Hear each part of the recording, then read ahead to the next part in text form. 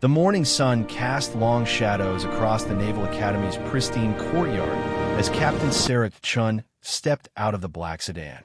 She adjusted her simple civilian clothes and picked up her worn duffel bag from the trunk. To anyone watching, she looked like just another new recruit arriving for training. Sarah had spent the last 3 months planning this moment carefully.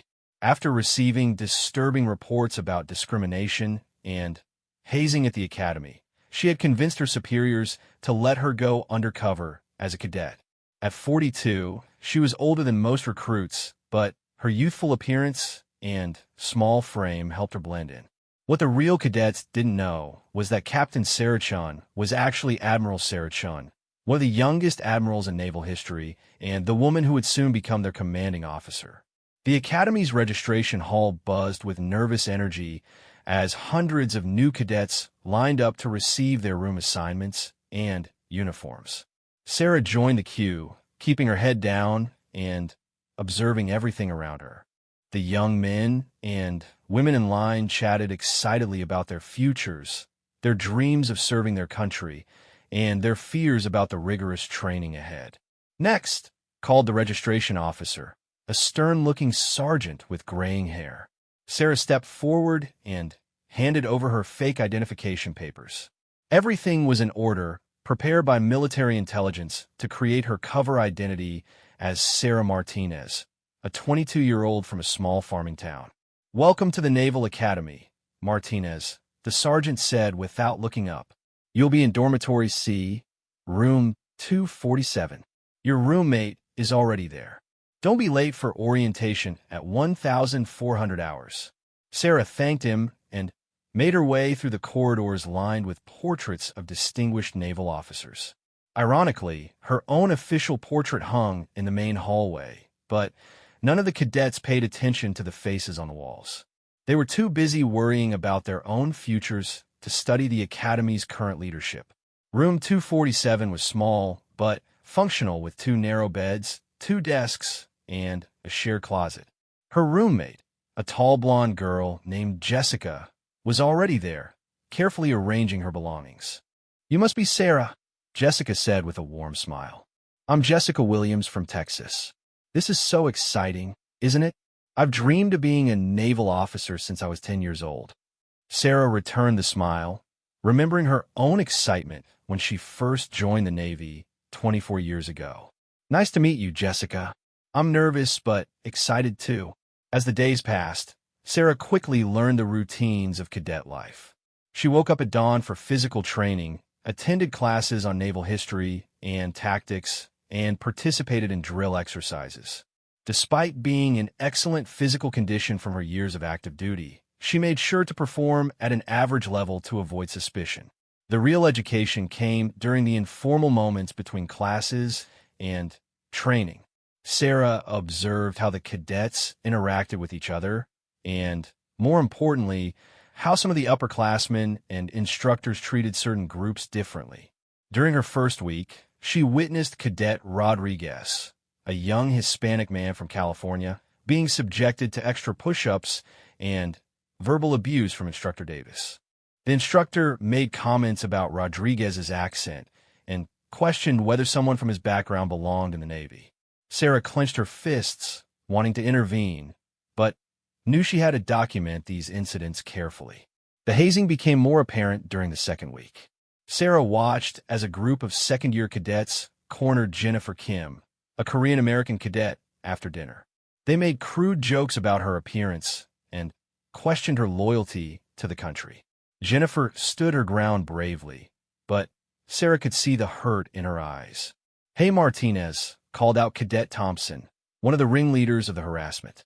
He was a large, muscular young man whose father was reportedly a high-ranking military contractor. "Come here a minute." Sarah approached the group cautiously. Thompson looked her up and down with a smirk. "You're pretty small for a naval officer, aren't you? What makes you think you can handle life on a warship?" The other cadets laughed as Thompson continued his taunts. "Maybe you should have joined the Coast Guard instead. That's more suitable for someone your size." More laughter erupted from his followers. Sarah maintained her composure, responding in the meek voice she had practiced. I'll work hard to prove myself, sir. Sir, Thompson laughed harder. I'm not an officer yet, Martinez. But I like the respect. You might just survive here if you remember your place. That evening, Sarah sat at her desk, writing detailed notes about everything she had witnessed. Each incident of discrimination, every example of inappropriate behavior, and all the names of those involved. Her mission was becoming more important with each passing day. The academic pressure intensified during the third week. Sarah found herself in a navigation class taught by Lieutenant Commander Brooks, a strict but fair instructor who demanded excellence from all his students. The class was learning to read nautical charts and calculate course corrections. Martinez, Lieutenant Commander Brooks called out, "Plot a course from Norfolk to Bermuda, accounting for current wind conditions and potential storm systems." Sarah looked at the chart spread before her. This was elementary navigation for someone with her experience, but she needed to respond as a beginning cadet would. She deliberately made a small error in her calculations, making her answer close, but not perfect. "Not quite right, Martinez," Brooks said, reviewing her work. "You're about 15 degrees off course. In real life, that mistake could run your ship aground. Try again." Sarah nodded and recalculated, this time arriving at the correct answer. Brooks approved her second attempt and moved on to the next student. She made mental notes about Brooks, recognizing him as one of the fair instructors who treated all cadets equally regardless of their background. The real challenges came during combat training exercises. The cadets were divided into teams and tasked with completing various scenarios that tested their tactical thinking and teamwork. Sarah found herself grouped with Rodriguez, Kim, and two other cadets who had been targets of discrimination. Their first exercise involved planning a hypothetical rescue mission for a downed pilot behind enemy lines. As the team discussed their approach, Sarah carefully guided the conversation without taking obvious leadership. She suggested ideas in a way that made others think they had come up with them. "What if we create a diversion here?" Rodriguez said, pointing to the map, while the main rescue team approaches from the opposite direction. "That's brilliant," Kim added. "And we could use these hills for cover during our approach." Sarah smiled to herself. Both suggestions had come from her subtle guidance, but she let her teammates take credit. The plan they developed was solid and demonstrated excellent tactical thinking. When their team presented their solution, Instructor Davis looked surprised. He had clearly expected this group of misfits to fail. Their plan was not only feasible, but showed creativity and strategic depth that impressed even the harshest critics.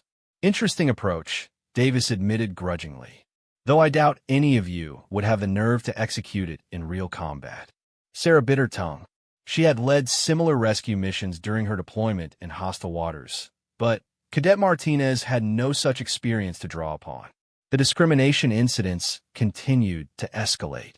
During the fourth week, Sarah witnessed Thompson and his group vandalizing Kim's belongings, covering her textbooks with offensive graffiti. When Kim reported the incident to Instructor Davis, he dismissed her concerns. "Cadets need thick skin," Davis told her. "The Navy isn't a place for people who can't handle a little rough treatment. Maybe you should consider whether you're cut out for this life."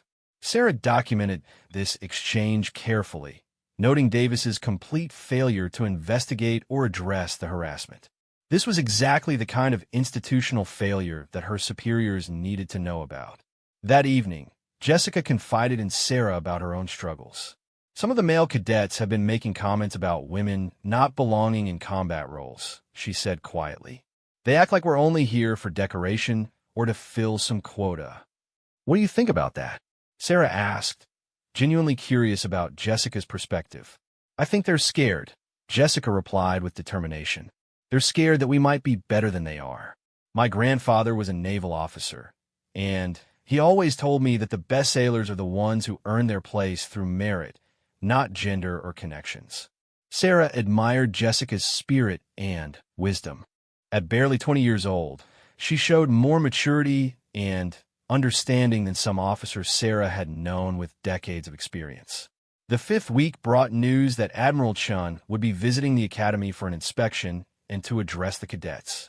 Sarah felt a mix of anticipation and nervousness about maintaining her cover during her own visit. The Academy's administration went into overdrive preparing for the Admiral's arrival. "I heard Admiral Chun is really tough," Thompson said during lunch, unaware that he was sitting just 2 tables away from the Admiral herself. "My dad says she's one of those officers who got promoted too fast because of politics, not ability." "Really?" asked another cadet. "I read that she has one of the best combat records in the modern Navy." Thompson scoffed. "That's just propaganda. No way someone that young could have earned Admiral rank legitimately. She probably had help from people who wanted to promote diversity over competence." Sarah nearly choked on her water. If Thompson only knew that political promotion had led more successful naval operations than most admirals achieved in their entire careers. She had earned every stripe and star through combat leadership, strategic brilliance, and the respect of her crews. The conversation continued around her as other cadets shared various rumors and opinions about the mysterious Admiral Chun. Some had heard she was inspiring and fair, others believed she was harsh and demanding. None of them imagined they were eating lunch with the subject of their speculation. That afternoon, the cadets attended a special assembly about the upcoming Admiral's visit. Captain Morrison, the Academy's commandant, addressed the gathered students with unusual seriousness. "Admiral Chen's visit represents an important opportunity for this academy," Morrison announced. "She will be evaluating our training programs, our facilities, and, most importantly, our cadets. I expect every one of you to represent the finest traditions of naval service during her stay." Sarah studied Morrison carefully. She had met him briefly during her official visits to the Academy, but now she was seeing him from a cadet's perspective. He seemed genuinely committed to excellence, though she wondered how much he knew about the discrimination problems among his staff and students. "The Admiral will be conducting interviews with selected cadets," Morrison continued. "If chosen, you should consider it both an honor and a test. Admiral Chun has a reputation for seeing through pretense and identifying true potential." The irony wasn't lost on Sarah. She would essentially be interviewing herself through her alter ego while maintaining her cover as Cadet Martinez. After the assembly, the harassment intensified as Thompson and his group became increasingly aggressive in their treatment of minority cadets. They seemed determined to ensure that their targets looked bad during the Admiral's visit. "Listen up, Martinez," Thompson cornered her after evening study hall. "When the Admiral gets here, you better not embarrass this academy. Someone like you reflects badly on all of us." "Someone like me?" Sarah asked, maintaining her innocent cadet persona. "You know exactly what I mean," Thompson sneered. "Small, weak, probably here because of some diversity program rather than actual merit. The Admiral will see right through you." Sarah nodded meekly while internally noting Thompson's assumption about her background. His prejudices were revealing more about his character than he realized. The night before Admiral Chen's arrival, Sarah lay in her narrow cadet bed reviewing everything she had observed and documented. The patterns of discrimination were clear and systematic. Certain instructors enabled harassment, while others genuinely tried to maintain fair standards. The cadet hierarchy reflected broader social prejudices, with privileged students like Thompson wielding unofficial power over their classmates. Most troubling was the institutional response to complaints. When incidents were reported, they were either dismissed or inadequately investigated. The Academy's leadership seemed unaware of the toxic environment festering among their students. "Are you nervous about tomorrow?" Jessica whispered from her bed across the room. "A little," Sarah replied honestly. "Are you?" Terrified, Jessica admitted. "What if I say something stupid in front of the Admiral? What if she thinks I don't belong here?" Sarah wanted to reassure her roommate that Admiral Chun would be far more impressed by Jessica's dedication and character than intimidated by any minor mistakes. Instead, she offered the comfort that Cadet Martinez would give. "Just be yourself," Sarah said softly. "That's all anyone can ask." As Jessica's breathing became steady with sleep, Sarah continued staring at the ceiling. Tomorrow would bring the most challenging part of her mission. She would have to maintain her cover while conducting her official duties, interview cadets who had no idea of her true identity, and somehow address the discrimination problems without revealing how she had learned about them. The Academy's bell tower chimed midnight, marking the beginning of Admiral Chen's inspection day. Sarah closed her eyes, knowing that the next 24 hours would test every skill she had developed during her decades of naval service. The cadets who had laughed at her, dismissed her, and underestimated her were about to discover exactly who they had been dealing with all along. The Academy's morning alarm pierced through the dormitory at 0500 hours, just as it had every day for the past 5 weeks. But today felt different. Every cadet knew that Admiral Chen would arrive at 0800, and the tension in the air was thick enough to cut with a knife. Sarah went through her morning routine with mechanical precision, brushing her teeth alongside Jessica and dozens of other nervous cadets. The bathroom buzzed with whispered conversations about the day ahead. "I heard the Admiral can spot weakness from across a room," one cadet said while washing her face. "My brother went through inspection with Admiral Hayes last year," another added. "He said admirals can tell everything about you just from how you stand at attention." Sarah almost smiled at these comments. After 24 years in the Navy, she had learned that good officers judge people by their character and competence, not their posture. But she understood the cadets' anxiety. Meeting a high-ranking officer for the first time was intimidating, especially when that officer held significant power over your future. During breakfast, the mess hall was unusually quiet. Even Thompson seemed subdued, though he still managed to make snide comments to his usual targets. Sarah noticed him deliberately bumping into Rodriguez while carrying his breakfast tray, causing the young man to spill orange juice on his uniform. "Watch where you're going, Rodriguez," Thompson said loudly. "You'll embarrass us all if you're that clumsy in front of the Admiral." Rodriguez apologized and quickly cleaned up the mess, but Sarah saw the anger flash in his eyes. The young man had incredible self-control, maintaining his composure despite weeks of constant harassment.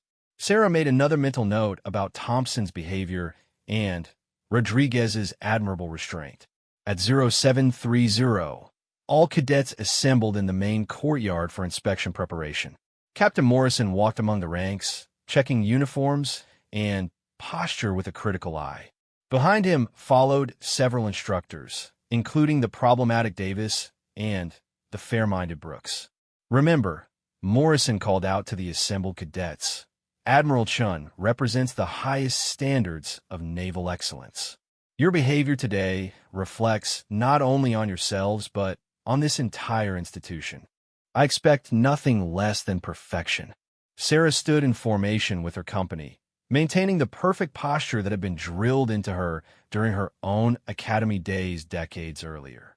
Around her, she could sense the nervous energy of her fellow cadets. Some fidgeted slightly, others stared straight ahead with intense concentration. At exactly 0800, a convoy of black vehicles pulled through the Academy's main gate. Sarah watched through the corner of her eye as her official entourage arrived. The lead car stopped directly in front of the main administrative building, and she felt a surreal moment of anticipation. Her aide-de-camp, Commander Williams, stepped out first and surveyed the scene. He was followed by 2 security officers and, finally, by Admiral Sarah Chen herself. Sarah watched her own official entrance with fascination, seeing how the assembled cadets reacted to her presence. Admiral Chen wore her dress blue uniform with ribbons and decorations earned through years of distinguished service. Her bearing was confident and professional as she approached Captain Morrison for the traditional greeting ceremony. Even from a distance, Sarah could see the impact her presence had on the cadets. "She looks so young," whispered the cadet next to Sarah. "But look how everyone stands up straighter when she's around," observed another. Sarah was struck by this perspective. Through her decades of service, she had gradually become accustomed to the deference her rank commanded. Seeing it from a cadet's viewpoint reminded her of the responsibility that came with her position. The formal inspection began with a review of the assembled companies. Admiral Chun walked slowly along each rank, occasionally stopping to speak with individual cadets. Her practice noted details about uniform appearance, posture, and bearing that revealed character traits and attention to detail. As the Admiral approached Sarah's section, she felt an odd nervousness despite being the inspector rather than the inspected. Maintaining her cover required perfect acting, responding to her own questions and commands as Cadet Martinez would. Admiral Chun stopped directly in front of her. "Your name, Cadet?" "Cadet Martinez, ma'am," Sarah responded, looking straight ahead rather than making eye contact. "How long have you been at the academy, Martinez?" 5 weeks, ma'am." "What made you choose naval service?" Sarah had prepared for this question, but still felt the weight of answering honestly while maintaining her disguise. "I want to serve my country and protect freedom on the seas, ma'am." Admiral Chin nodded approvingly and moved on to the next cadet. Sarah exhaled slowly, relieved to have passed this surreal test of her own deception. The inspection continued down the line as Admiral Chun questioned other cadets about their backgrounds and motivations. She spoke with Jessica, who gave articulate answers about her family's naval tradition and her desire to break barriers for women in combat roles. The Admiral spent extra time with Rodriguez, asking about his academic interests and career goals. When she reached Thompson, Sarah paid careful attention to the exchange. "Cadet Thompson," Admiral Chin said, reading from a clipboard provided by Morrison. "I understand your father works in defense contracting." "Yes, ma'am," Thompson replied with obvious pride. "He's taught me a lot about the military-industrial partnership that keeps America strong." "And what have you learned during your time here about leadership and responsibility?" Thompson straightened even more. "I've learned that strong leaders must maintain standards and ensure that everyone meets the same high expectations, ma'am." Sarah noted how Thompson's answer sounded impressive on the surface, but contained subtle implications about who he considered capable of meeting those standards. After the formal inspection, Admiral Chun toured the Academy's facilities accompanied by Captain Morrison and his staff. The cadets were dismissed to their regular classes, but everyone knew the Admiral would be observing throughout the day. During navigation class, Lieutenant Commander Brooks noticed the cadets' heightened attention levels. "I see everyone's particularly focused today," he said with a slight smile. "Perhaps we should always pretend Admiral Chun is watching." The class proceeded through advanced plotting exercises, with each cadet working to demonstrate their skills. Sarah continued her careful performance of competent, but not exceptional work. When Brooks called on her to solve a complex navigation problem, she made sure her solution was correct, but arrived at through visible effort rather than instant expertise. "Good work, Martinez," Brooks said, reviewing her calculations. "You're improving steadily. Keep up the effort."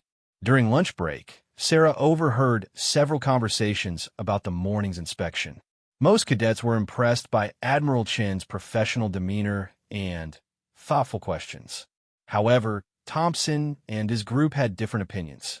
"She seems okay for a female admiral," Thompson said to his followers, "though I still think political considerations played a role in her promotion. Real naval officers come up through the traditional path." "What's the traditional path?" asked one of his friends. "Combat leadership, ship command, proven experience under fire," Thompson replied confidently. "Not diversity promotions or fast-track programs for certain groups." Sarah nearly laughed out loud at Thompson's ignorance. Her combat record included leading successful operations in 3 different conflict zones, commanding both destroyers and aircraft carriers, and earning decorations for valor under enemy fire. Thompson's traditional path described her career perfectly, but his prejudices prevented him from recognizing it. The afternoon brought the most anticipated part of the Admiral's visit: individual interviews with selected cadets. Captain Morrison had chosen 20 students representing various backgrounds and performance levels. Sarah was not selected, which relieved her since interviewing herself would have been impossible to manage. However, she was assigned to help coordinate the interview schedule, which gave her perfect access to observe the proceedings. As Cadet Martinez, she sat at a desk outside the interview room, calling cadets in for their appointments and ensuring everything ran smoothly. Jessica was among the first to be interviewed. Sarah watched her roommate enter the conference room with visible nervousness but determined confidence.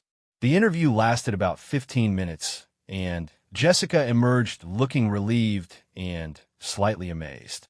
"How did it go?" Sarah asked in her cadet persona. "She's incredible," Jessica whispered. "The Admiral really listened to my answers and asked follow-up questions that showed she was thinking about what I said. She wanted to know about challenges I've faced here and how I've handled them." Sarah was pleased that her official questioning had drawn out Jessica's experiences. The young woman's responses would help document the gender-based discrimination issues that needed addressing. Rodriguez's interview was next. He spent nearly 20 minutes with Admiral Chun, longer than most other cadets. When he emerged, his usual worried expression had been replaced by something approaching hope. "She asked about my family background and why I chose the Navy," Rodriguez told Sarah quietly. "When I mentioned some of the difficulties I've had adjusting here, she wanted specific details. It felt like she really cared about understanding my experience." Sarah nodded sympathetically while internally noting that Rodriguez's information would be crucial for addressing the ethnic discrimination problems at the Academy. Kim's interview was similarly extended, and she came out looking both relieved and emotional. Through careful questioning as Cadet Martinez, Sarah learned that Kim had shared her experiences with harassment and the administration's inadequate response. Thompson's interview was notably shorter than the others. He emerged looking confident and satisfied, clearly believing he had made a positive impression. Sarah wished she could have observed that particular conversation directly. As the interviews concluded, Admiral Chun requested a private meeting with Captain Morrison and his senior staff. This was a moment Sarah had been working toward throughout her 5 weeks of undercover observation.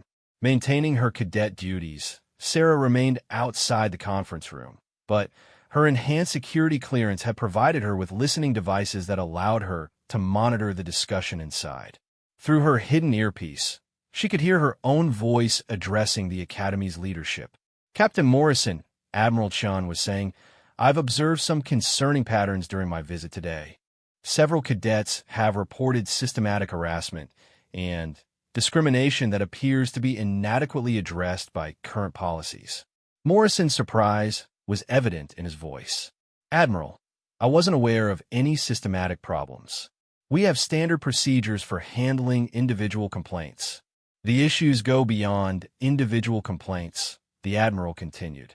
"I've documented patterns of ethnic and gender-based harassment, preferential treatment based on family connections, and institutional failures to properly investigate reported incidents."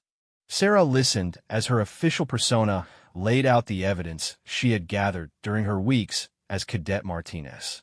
Each incident was presented with specific details and documentation, making it impossible for Morrison to dismiss the concerns. Lieutenant Commander Brooks spoke up.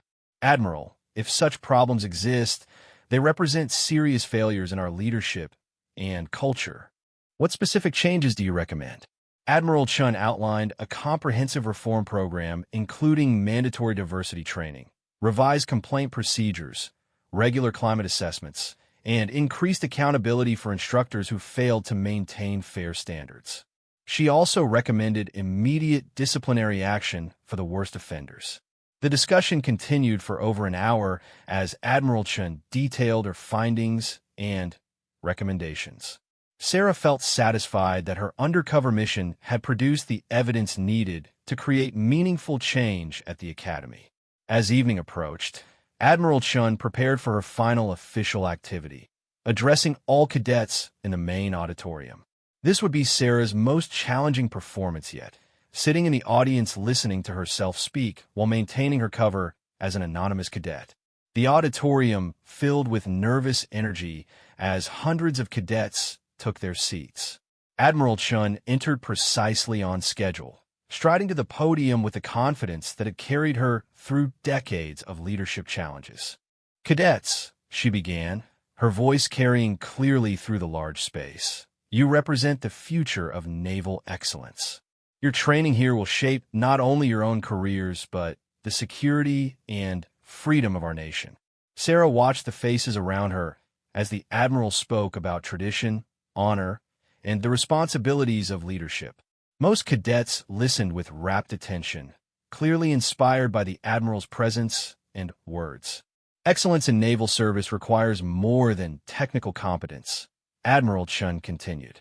"It demands character, integrity, and the ability to recognize and develop the potential in every person under your command." Thompson and his group sat several rows ahead of Sarah. Even from behind, she could see their posture suggested they were taking the Admiral's words seriously, though she wondered whether they understood the personal relevance of her message. The Navy's strength comes from the diverse talents and perspectives of all its members, the Admiral emphasized. Discrimination, harassment, and prejudice are not only morally wrong but operationally stupid. They prevent us from utilizing our full human resources and undermine the unit cohesion essential for mission success. Sarah noticed several cadets glancing around the auditorium as the Admiral spoke about discrimination. Word of the extended interviews had spread, and many students were beginning to realize that their behavior during the Admiral's visit had been more closely observed than they had imagined. "Each of you will face moments in your career when you must choose between what is easy and what is right," Admiral Chin concluded. "The decisions you make in those moments will define not only your character, but the character of the institution you serve." As the applause died down, Admiral Chin announced that she would be remaining at the Academy for several more days to conduct additional interviews and observe training exercises. This extension of her visit sent a clear message that serious changes were coming. After the address, cadets filed out of the auditorium in subdued conversation groups. Sarah walked with Jessica and several other classmates, listening to their reactions to the Admiral's words. "She's not what I expected," one cadet said thoughtfully. "I thought admirals would be more intimidating and less human, I guess." "Did you notice how she emphasized treating everyone fairly?" Jessica asked. "I think she knows about some of the problems here." Thompson and his group passed nearby, and Sarah overheard part of their conversation. All that talk about diversity was probably required political messaging, Thompson was saying. "I'm sure she understands the realities of military leadership better than her speech suggested." Sarah shook her head at Thompson's continued inability to recognize the truth. His prejudices were so deeply ingrained that he couldn't accept clear statements about equality and fairness even from the Navy's highest-ranking officers.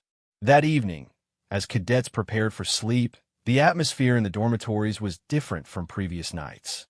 Some students seemed energized by the Admiral's message, while others appeared worried about possible consequences for their behavior. Jessica sat on her bed, writing in her personal journal. "What did you think of the Admiral's speech?" she asked Sarah. "I thought it was powerful," Sarah replied honestly. "It reminded me why I wanted to join the Navy in the first place." "Me too," Jessica agreed. She made it sound like the Navy could really be a place where people are judged by their merit and character rather than their background or connections. Sarah smiled at her roommate's optimism. "What makes you think it isn't already?" Jessica was quiet for a moment. "I guess because of some things I've seen here.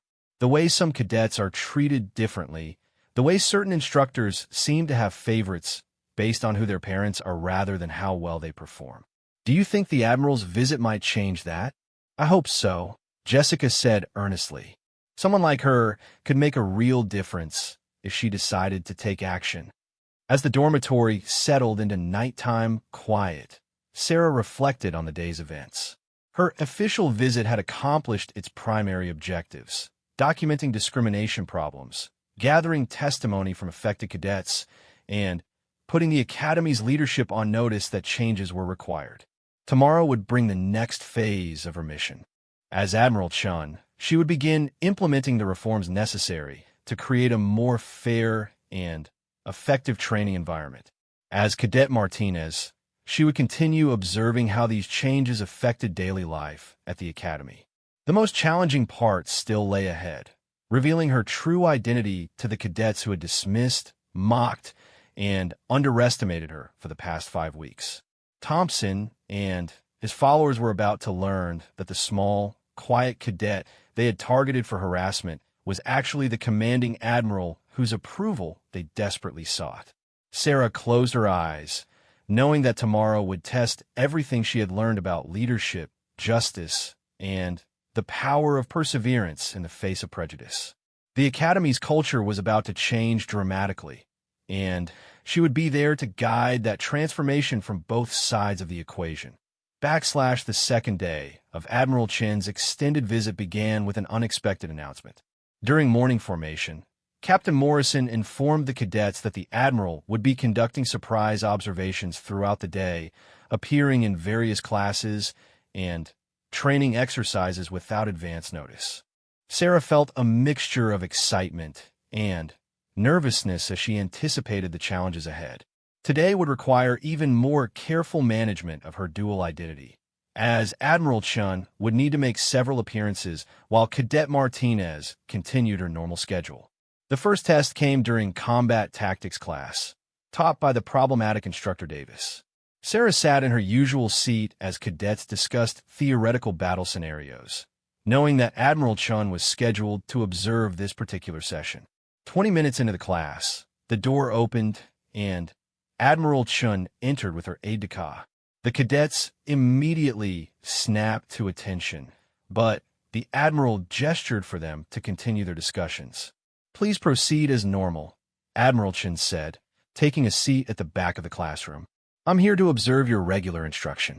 Davis looked visibly nervous as he attempted to continue the lesson about naval warfare strategy. His usual confident demeanor had been replaced by obvious anxiety about being observed by such a high-ranking officer.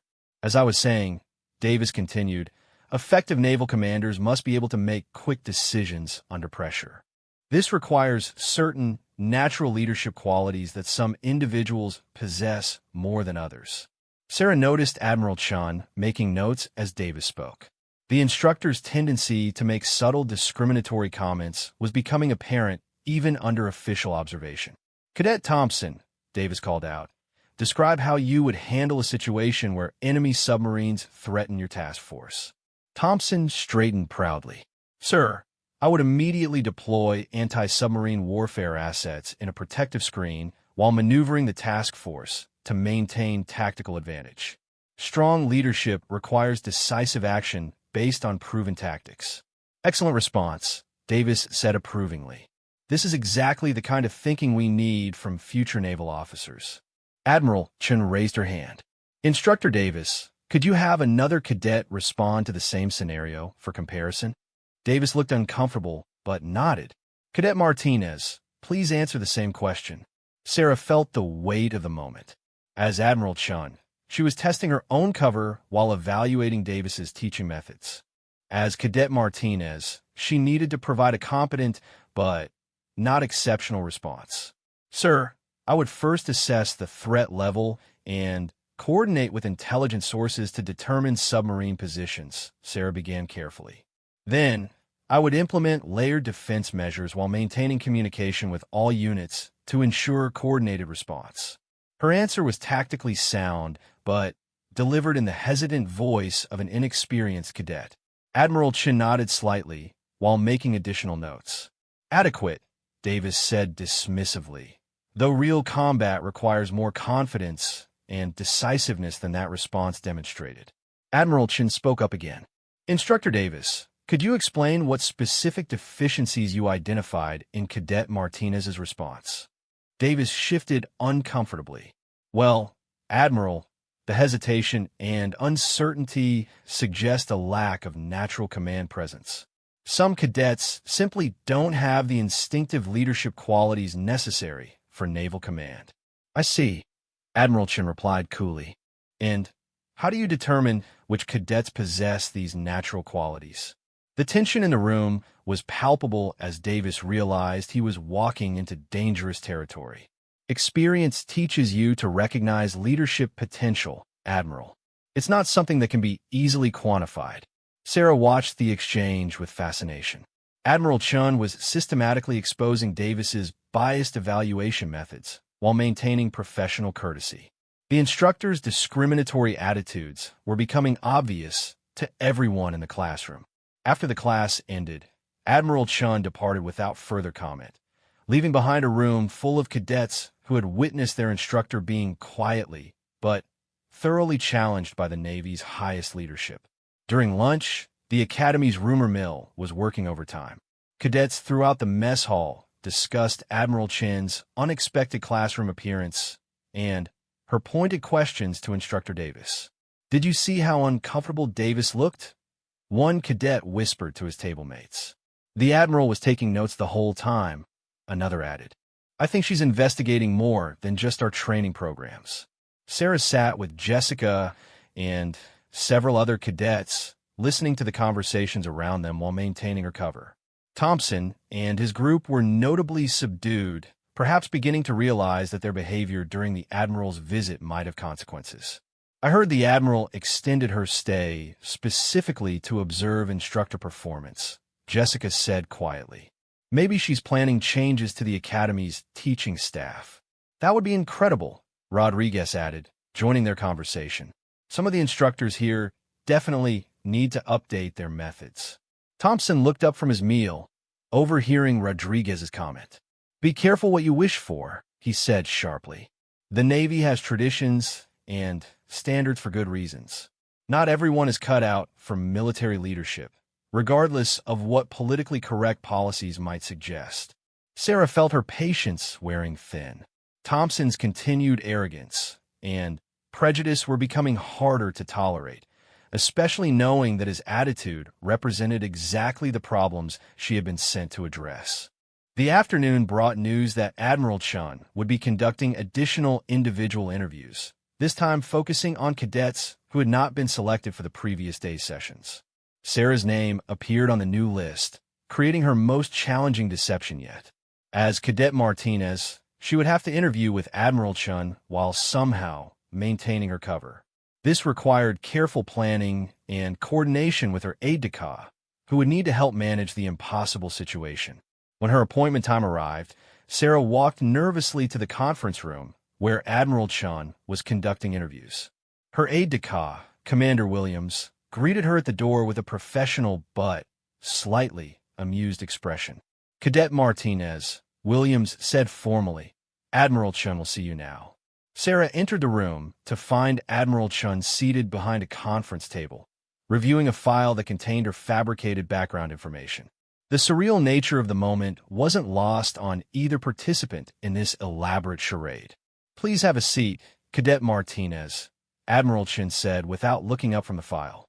"I understand you've been at the Academy for 5 weeks now. How has your experience been?"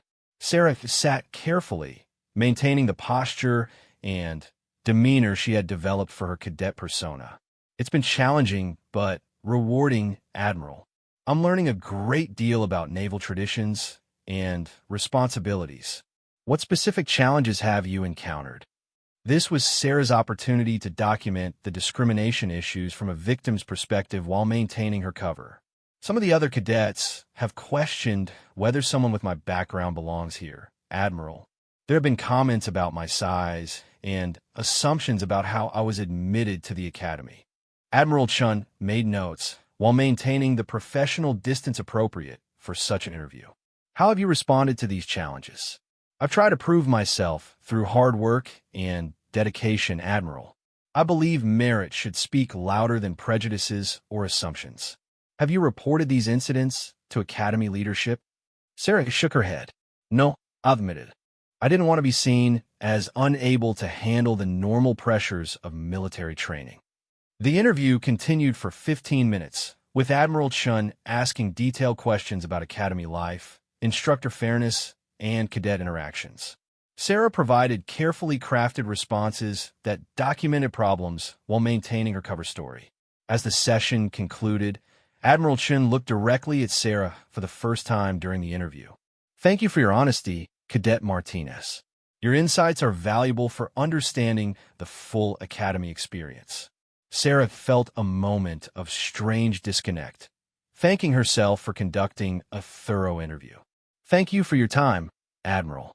It's an honor to serve under your leadership." Walking out of the conference room, Sarah reflected on the bizarre experience of interviewing herself while maintaining a false identity. The information gathered would be crucial for justifying the reforms she planned to implement. The rest of the afternoon passed with normal training activities, but Sarah could sense growing tension among the cadets. Word was spreading that Admiral Chen's extended visit was more than a routine inspection. Several instructors appeared nervous, and even the most confident cadets were beginning to question their behavior during the Admiral's stay. That evening brought the most significant development yet.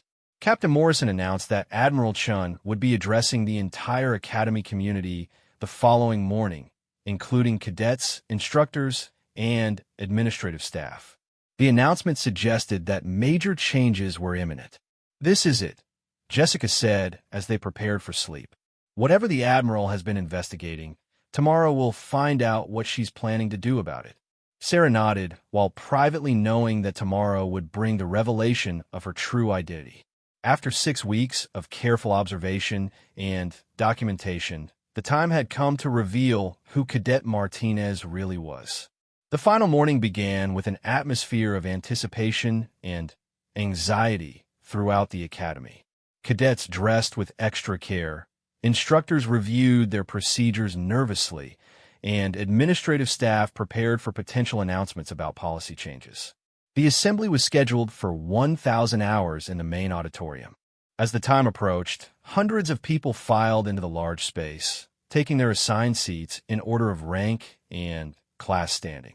Sarah sat with her fellow first-year cadets, surrounded by the people who had dismissed, mocked, and underestimated her for the past 6 weeks.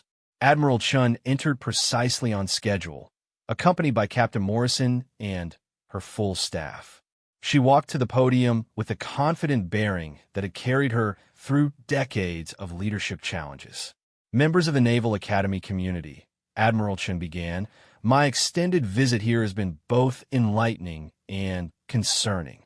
I have observed excellence in some areas and serious deficiencies in others." The audience sat in complete silence as the Admiral continued her opening remarks. Sarah watched the faces around her, noting the mixture of curiosity, anxiety, and anticipation among her fellow cadets. "During my time here, I have documented systematic patterns of discrimination and harassment that are unacceptable in any military institution," Admiral Chen announced. "These problems represent not only moral failures, but operational weaknesses that undermine our mission effectiveness." Thompson and his group shifted uncomfortably in their seats several rows ahead of Sarah. The Admiral's words were making it clear that their behavior had not gone unnoticed or undocumented. Effective military leadership requires the ability to recognize and develop talent regardless of background, gender, ethnicity, or social connections, Admiral Chen continued. "Prejudice and favoritism are not just wrong morally. They're strategic errors that weaken our forces." Admiral Chen paused and looked directly at the section where Thompson was seated. "Some individuals have demonstrated through their actions that they do not understand these fundamental principles of military service." The tension in the auditorium was now palpable. Everyone understood that specific people were being addressed, though most didn't yet know exactly who or what consequences might follow. Before announcing the changes that will be implemented immediately, Admiral Chen said, "I want to share something that will help illustrate why these reforms are necessary." Sarah felt her heart rate increase as the moment of revelation approached. Everything she had worked toward for the past 6 weeks was about to culminate in this single moment. "For the past 6 weeks," Admiral Chun continued, "I have been conducting an undercover investigation of Academy culture and practices. During this time, I observed daily life here from a unique perspective." Murmurs began rippling through the audience as people tried to understand what the Admiral was saying. The idea of an undercover investigation was shocking enough, but the implications were still sinking in. "I did this investigation by enrolling as a cadet myself, living in the dormitories, attending classes, and experiencing Academy life firsthand, Admiral Chen announced. The murmurs erupted into gasps and exclamations as the full meaning became clear. People throughout the auditorium turned to look at their neighbors, trying to understand who among them might have been Admiral Chen in disguise. Sarah felt her pulse racing as hundreds of eyes began scanning the cadet sections, searching for the Admiral's hidden identity. For 6 weeks, I was known to you as Cadet Sarah Martinez, Admiral Chen announced. The auditorium exploded in shocked exclamations as everyone turned to look at the first-year cadet section. Sarah slowly stood up, maintaining the posture she had practiced as Admiral Chen while letting the meek expression of Cadet Martinez fade from her features. The transformation was remarkable to observe. As Sarah straightened to her full height and assumed the bearing of a commanding admiral, her entire presence changed. The small, quiet cadet disappeared, replaced by one of the Navy's most respected leaders. Thompson's face went white with shock and horror as he realized that the cadet he had mocked and dismissed for weeks was actually the admiral whose approval he had desperately sought. Around him, his followers looked equally stunned and terrified. Jessica's mouth hung open in amazement as she recognized her roommate's true identity. The quiet, supportive person she had confided in about discrimination was actually the one person with the power to address those problems. Rodriguez looked stunned, but hopeful as he understood that someone had actually witnessed and documented the harassment he had endured. The Admiral hadn't just heard reports about discrimination. She had experienced it herself. Throughout the auditorium, instructors and cadets processed the implications of Admiral Chen's revelation. Everyone who had interacted with Cadet Martinez was remembering their conversations and actions with new understanding. During my time as Cadet Martinez, Admiral Chen continued as Sarah walked toward the stage, I experienced firsthand the discrimination and harassment that some cadets face daily. I witnessed instructors who enable this behavior and others who work diligently to maintain fair standards. Sarah climbed the steps to the stage and took her place at the podium beside her former disguise's identity. The woman who had been dismissed as too small and weak to be a naval officer now stood revealed as one of the Navy's most accomplished leaders. Cadet Thompson, Admiral Chen called out, her voice carrying clearly through the stunned silence. Please stand. Thompson rose unsteadily, his face pale with shock and growing dread. The confident arrogance he had displayed for weeks had completely disappeared. During my time here, you repeatedly told me that someone like me didn't belong in the Navy, Admiral Chen said. You suggested that I was only here because of diversity programs rather than merit. You questioned whether I had the natural leadership qualities necessary for naval command. Thompson tried to speak, but only managed to stammer incoherently. The realization that he had spent weeks insulting and dismissing the very admiral he had hoped to impress was clearly overwhelming. Your behavior toward me and other cadets demonstrated exactly the kind of prejudice and poor judgment that has no place in naval leadership, Admiral Chen continued. Effective officers evaluate people based on their capabilities and character, not their appearance or background. Sarah paused, letting the weight of her words sink in throughout the auditorium. The Navy's strength comes from recognizing and developing talent wherever it is found. Officers who cannot do this are not just morally deficient. They are operationally incompetent. She turned to address the entire assembly. Beginning immediately, this academy will implement comprehensive reforms to address the problems I have documented. These changes include revised training programs, updated evaluation procedures, and increased accountability for all members of our community. Admiral Chen outlined specific policy changes, disciplinary actions for the worst offenders, and new oversight mechanisms to prevent future discrimination. Thompson and several other cadets would face disciplinary review, while problematic instructors like Davis would undergo mandatory retraining or face removal from their positions. Excellence in naval service requires not just technical competence, but moral courage, Admiral Chin concluded. We must have the strength to challenge prejudice and the wisdom to recognize potential in all our people. As the assembly concluded, Sarah remained on stage to receive the formal ceremony acknowledging her successful completion of the undercover mission. The woman who had been laughed at and dismissed for 6 weeks was now being honored for her dedication to improving naval training and leadership development.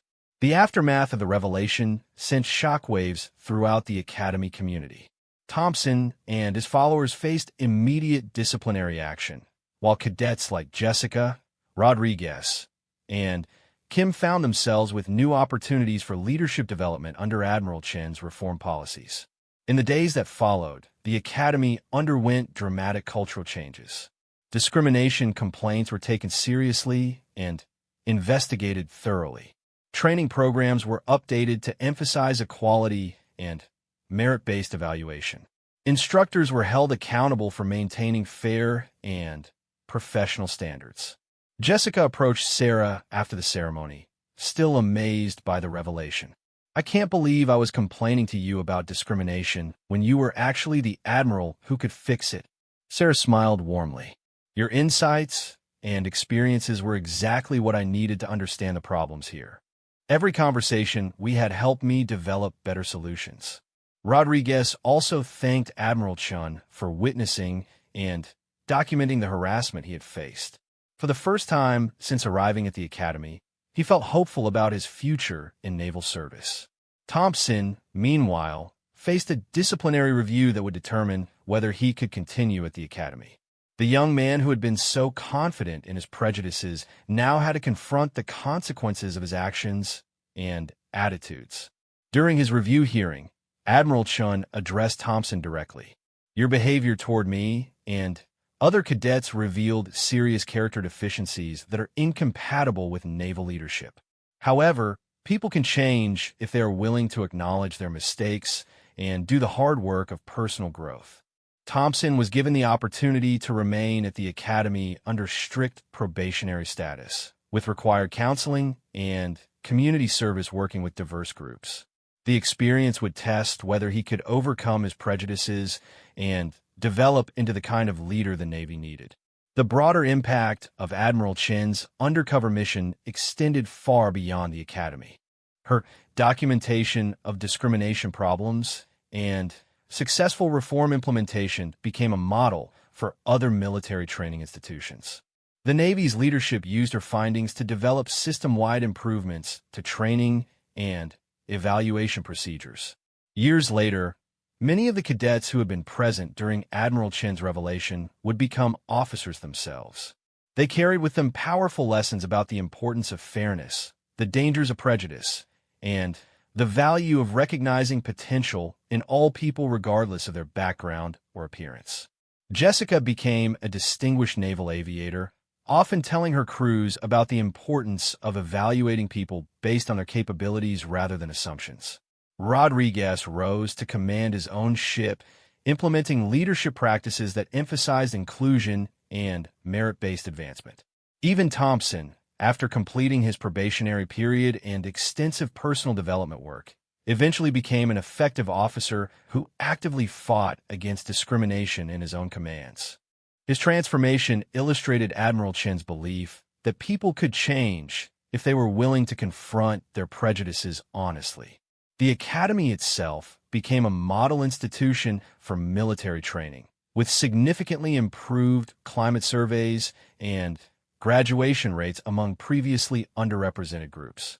Admiral Chin's reforms created a culture where excellence was truly based on merit and character rather than connections or prejudices. Looking back on her undercover mission, Admiral Chin often reflected on the lessons learned from both sides of the experience. As Cadet Martinez, she had gained invaluable insights into the challenges faced by young people entering military service. As Admiral Chun, she had used those insights to create meaningful and lasting change. The story of the admiral who went undercover as a cadet became legendary throughout the Navy, inspiring countless officers to examine their own assumptions and biases. It demonstrated that effective leadership required not just authority, but understanding, not just power, but wisdom. Most importantly, it proved that excellence in military service truly was colorblind and genderblind. The small, quiet cadet who had been dismissed and mocked had turned out to be one of the Navy's most accomplished leaders. Her success illustrated the fundamental truth that talent and dedication could emerge from any background, and that the Navy's strength lay in recognizing and developing that potential wherever it was found. The cadets who had laughed at her discovered that their prejudices had blinded them to excellence in their midst. The Admiral who had walked among them in disguise had shown them the true meaning of leadership, the courage to stand for what is right, and the wisdom to see potential in every person willing to serve their country with honor.